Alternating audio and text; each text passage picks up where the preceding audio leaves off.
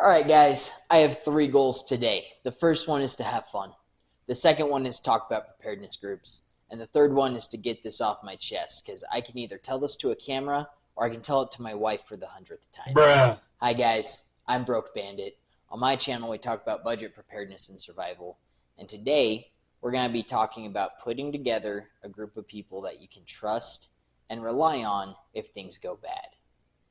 In this video, I'm going to use the term preparedness group or survival group a lot.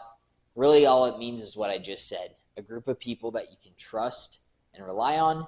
And additionally, I would say people who train regularly and have the resources necessary to provide for themselves for a couple of months so that you're not putting your food into them and then you all starve to death together. It's a good group of boys. We're all gonna die together out here. You're a good group of boys to die with, I'll tell you that. As I've been branching out into the community around me and looking for a group of guys that I can either put together into a preparedness group or find an existing preparedness group that I can join up with, I found two things to be the case. One, it is a lot harder than I initially expected. And two, a lot of us expect to train and operate at the level of our local SWAT team, when in reality, we would all be lucky to find 2 to 4 prepared dudes who train like twice a month. As I've gone out and interacted with the preparedness community in my surrounding area, I've found archetypes of the types of people that you will interact with in the preparedness community. So today, I'm going to be comparing these archetypes to popular characters from zombie movies and TV shows. One, because it's fun, and two, because it's going to teach us how we can interact and work with these people if we are to either join up with them or pull them into a group that we establish. You know, as I think of my dream zombie apocalypse group, I found that in my head, I assume that whatever group I become a part of is going to be this Rick Grimes, Daryl, and Michonne group, when in reality, it's probably going to be Otis, Dale, and Lori, which, we'll get into it here in a second, is a lot better than it seems. Except for Lori.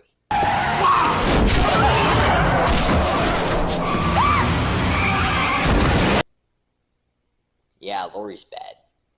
And as I jump into these characters, I just want to put down, I'm not expecting a zombie apocalypse to happen. It'd be kind of sick if it did. Well, it probably wouldn't be sick, but it's fun to think about.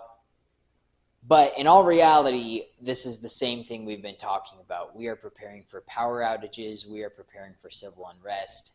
And in these long-term disaster scenarios, it is much more safe to be with a group of dependable and capable people than it is to be by yourself.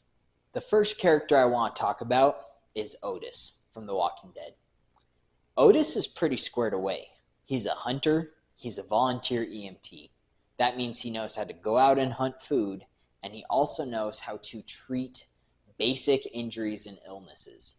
Being able to fulfill both a provider role and a medical role is invaluable. And if you can get some of his weaknesses squared away, he is going to be the best dude in your group.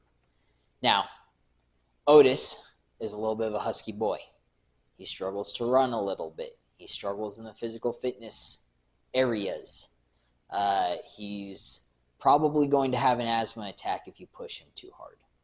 That being said, if you're actually trying to reach out to these people and actually trying to befriend them, then this is going to be more than a business interaction in a survival environment. This is going to be a dude that you're bros with. And if you're bros, maybe invite him to the gym with you. Otis is going to be one of those guys in your community that I would call survival adjacent. While he's probably going to have a stocked pantry, and while he's probably going to be pretty squared away, I wouldn't necessarily say that he has a food storage. I wouldn't necessarily say that he has an ammo storage. He likes his hunting rifle. He has some ammo for it. He has a full pantry. But for us to be able to get the Otises that we know to truly be somebody we can rely on, then we want to start casually introducing them to the topics of food storage, water preservation, ways that we can not have to worry about feeding him so much, so that one, we can actually help him without him being a drain on our food resources. And 2, he can help us without draining our food resources. So all this summed up, I am going to work towards making sure that Otis becomes a part of my group, but we need to work him up to the point where he's maybe having some food stored on the side, and he also is going to the gym a little bit more.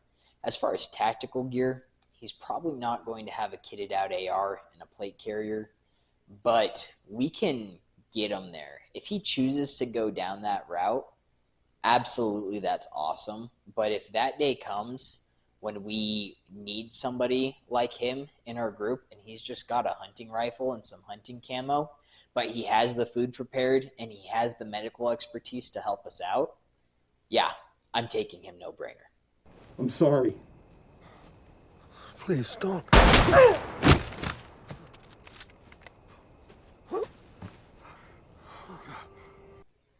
Let's talk about Tommy from The Last of Us. Tommy's a combat veteran with training and experience, and he's fiercely loyal to those he loves. That makes him a great addition to your team. Except for the fact that Tommy likely does not have a stocked pantry, and he probably doesn't stockpile anything but guns, ammo, and gear. This sets up Tommy to be a prime candidate to become a raider out of desperation if things go bad. Tommy's going to be the dude at the range who is probably one of the best shooters of your group and probably has all the good gear and studies tactics like a madman. But before I let a Tommy into my group, I need to, 1, know that his morals are solid, because even in The Last of Us show, it's admitted at one point that Tommy did become a raider out of desperation. So I want to know that he, 1, has food stored away, and I want to know that 2, his morals are sound before I let him close to my wife and my family.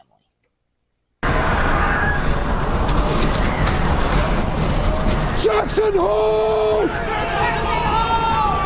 Another thing to think about, I find myself really drawn to like my buddies that I would put in the Tommy category because they're fun to do tactical stuff with. It's just a really fun time shooting, moving, and communicating. But there's a lot more to long-term preparedness than just what you can do downrange. And at the end of the day, I need to make sure that my family's taken care of. And so before we bring Tommy into our group, let's make sure that his morals are a little squared away. Let's start talking with Tommy about food storage, and let's make sure that he's not going to use the only thing he has surplused, which is a lot of ammo, to go take all of our food and all of our medication and all of the other stuff that he needs for survival that he doesn't have, and we need for survival that we do have. Do I have to kill you? Is that what it's going to take?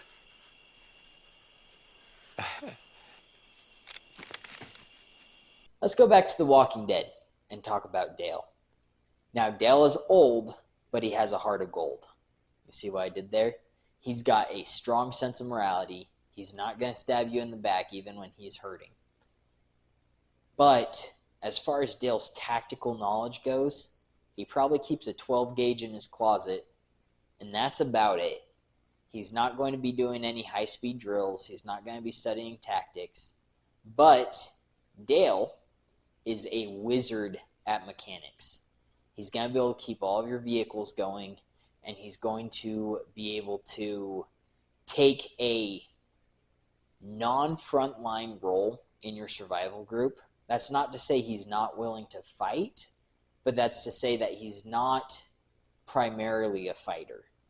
And no preparedness guy should be primarily a fighter. Now, I mean, as you can see, I like my gear, and I love going out to the range. I love shooting. I love mentally putting myself in these Red Dawn scenarios.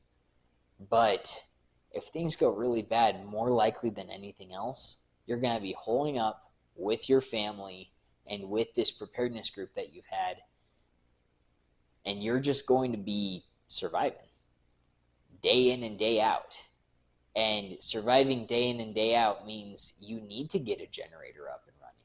You need to make sure that your cars continue to get you where you need to go. And so as far as Dale goes, he's going to be another one of these guys where he probably has a stocked pantry and he probably has a couple like freeze-dried meals tucked away, but he's not going to have 3 months plus of food storage. And so this is a guy that I am going to want to reach out to, and I am going to want to start pulling into my survival group. But before I really let him close to my family again, I want to make sure that he has food squared away, and if possible, I'd love to get him out training.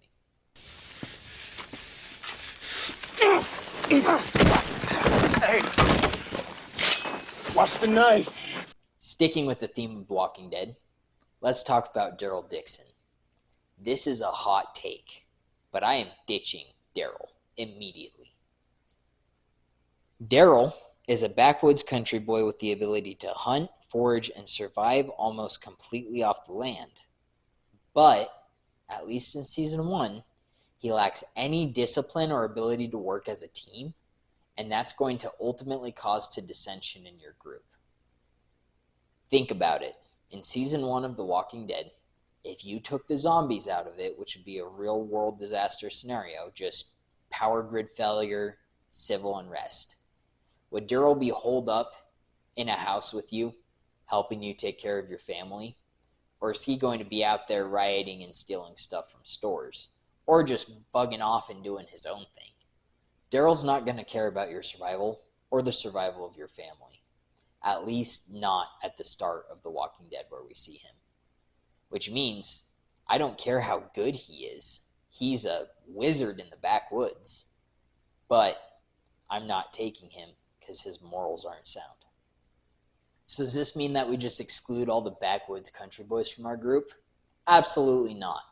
Because this next guy I'm going to talk about, in my opinion, is realistically one of the most likely guys in your community that you're going to be able to bump into and rely on, and probably one of the most capable guys in your group. And that is Tallahassee from Zombieland. Time to nut up or shut up. How could I make a video and not bring up Tallahassee? Tallahassee is a backwoods country boy who is resourceful as hell, knows how to use a gun, knows how to odd job, MacGyver, anything you need, he'll put it together. And he is always down for a good scrap, and he is always there when he is needed. Now, Tallahassee, before the zombie outbreak, he was a father, and a devoted one at that, which means he's going to be down to start training. He's going to be down to start budgeting for gear. He's going to be down to do shoot houses and rifle courses and medical courses with you.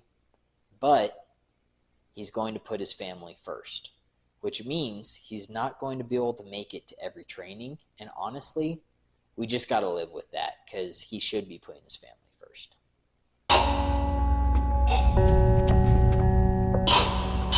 Butter. Let's talk about Jim from 28 Days Later. For the purpose of this video, I'm going to say that Jim is more like most of us than any other character I've brought up. He's going to be a guy with no particular special skills, but he's just getting into the preparedness world. He's just putting together his first budget AR. He's just going to the range for the first time, and he is so new to all of this. But I'll tell you what, you invite Jim to go shooting with you, and Jim shows up. You give Jim advice on food storage, and he's going to start taking it. Jim actually budgets $20 a month and buys a little extra food with it and buys a little extra water with it.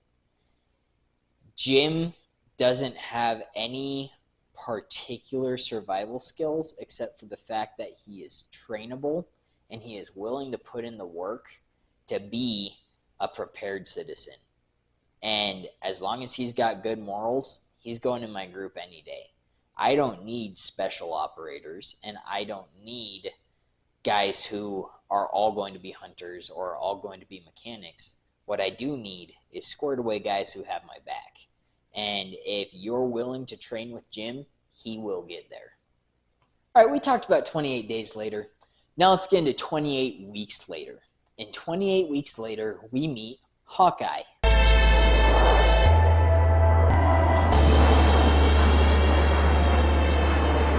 Welcome to London. Sergeant Doyle. And Sergeant Doyle is a Delta Force operator who also fills a sniper role. Now, if you know anything about the Delta Force, you know that they are the most elite group of operatives that the U.S. military has, at least that we know of. And I don't know about you, but I do not know any Delta Force dudes. And you watching this video probably don't either. But what we know about the movie is that he's a dude who's super prepared, has great tactical skills, but also has good morals, as he's willing to put his life on the line to protect a child that he finds in all of the chaos. Now, as far as the movie goes, I'm not going to spoil it further from there. But for the case of our video, let's talk about Sergeant Doyle's as dudes who have gear, train regularly, and actually are squared away in the things that they have stockpiled, like food, water, medical equipment, and they know how to use it. Now, when you bump into these guys, you're going to immediately want to start training with them, and you're going to immediately want to, if not bring them into your group, start getting known in their group and start putting yourself out there as maybe somebody that they want to start hanging around. Now, if you're more like Jim, kind of like we talked about, I know I am, don't be offended if these guys who are super squared away are kind of slow to reach out to you. It's probably not so much that they think you're not of strong moral character or that you're not worth putting time into, and more, they're waiting to see if preparedness is something that you're serious about, because they don't want to open up to you and start showing you what they do for food storage and how they train and what they have prepared in the case that, one, you're not that serious about it, and two, now if something goes down, not only are you not prepared, but you're now somebody that they may have to deal with coming and trying to take their stuff just because you know about it. And so don't be offended if they take some time to open up to you.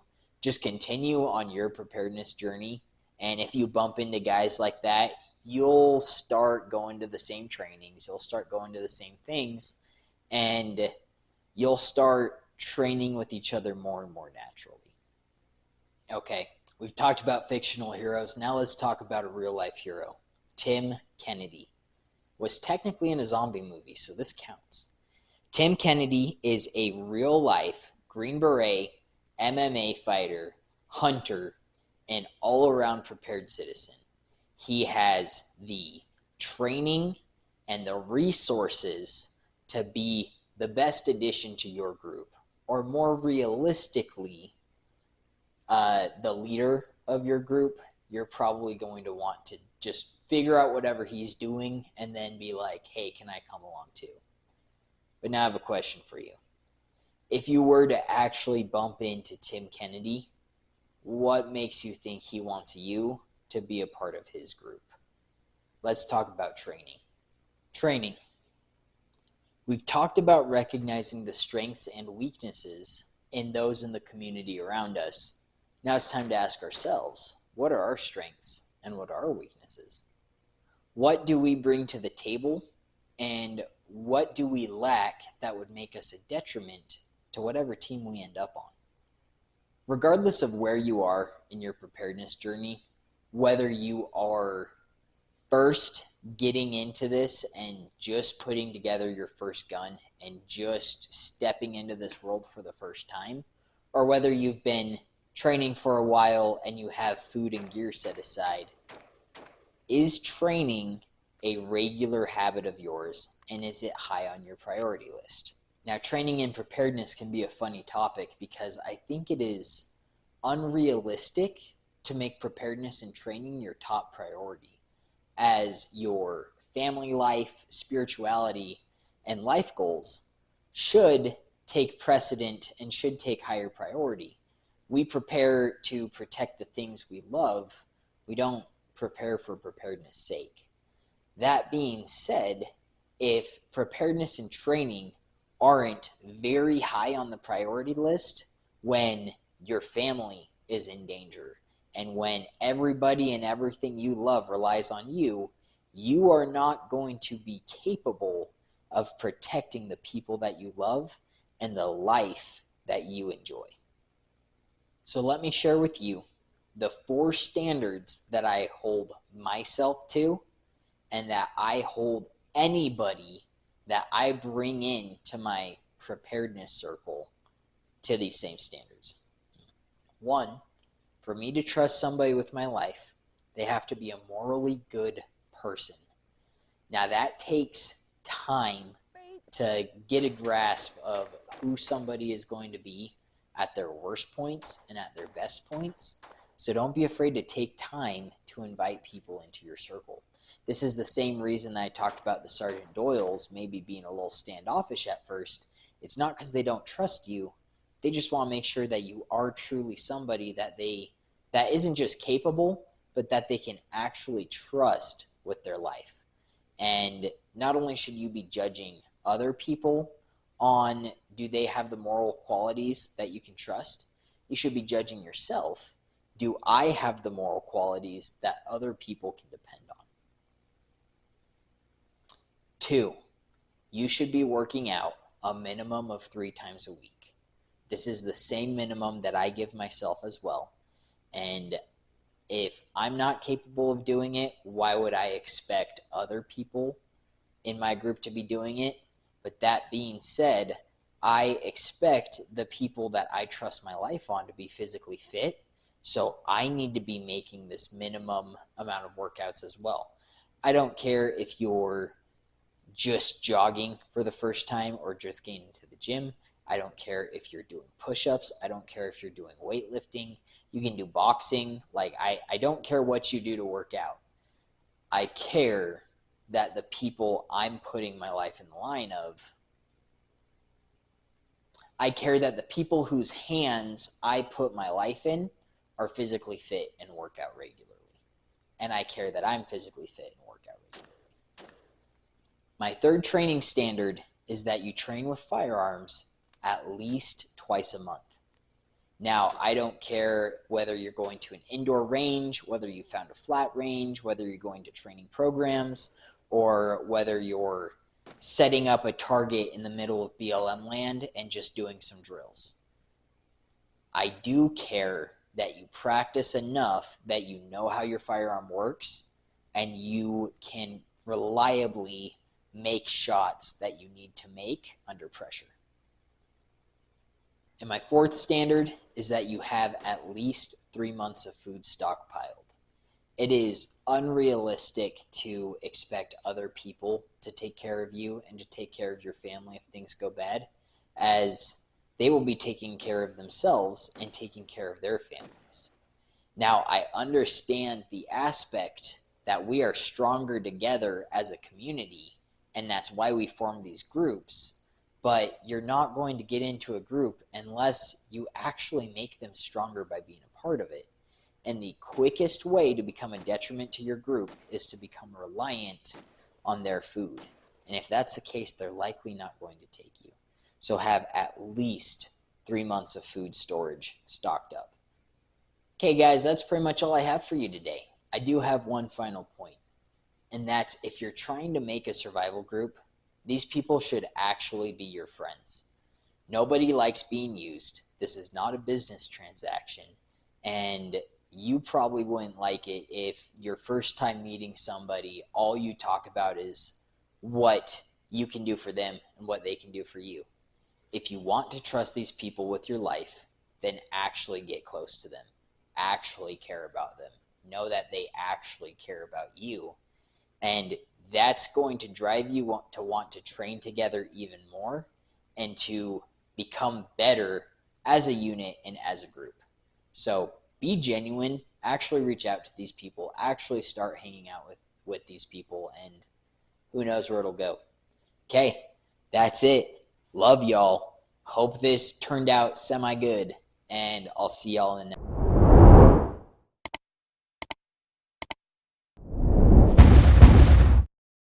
next video.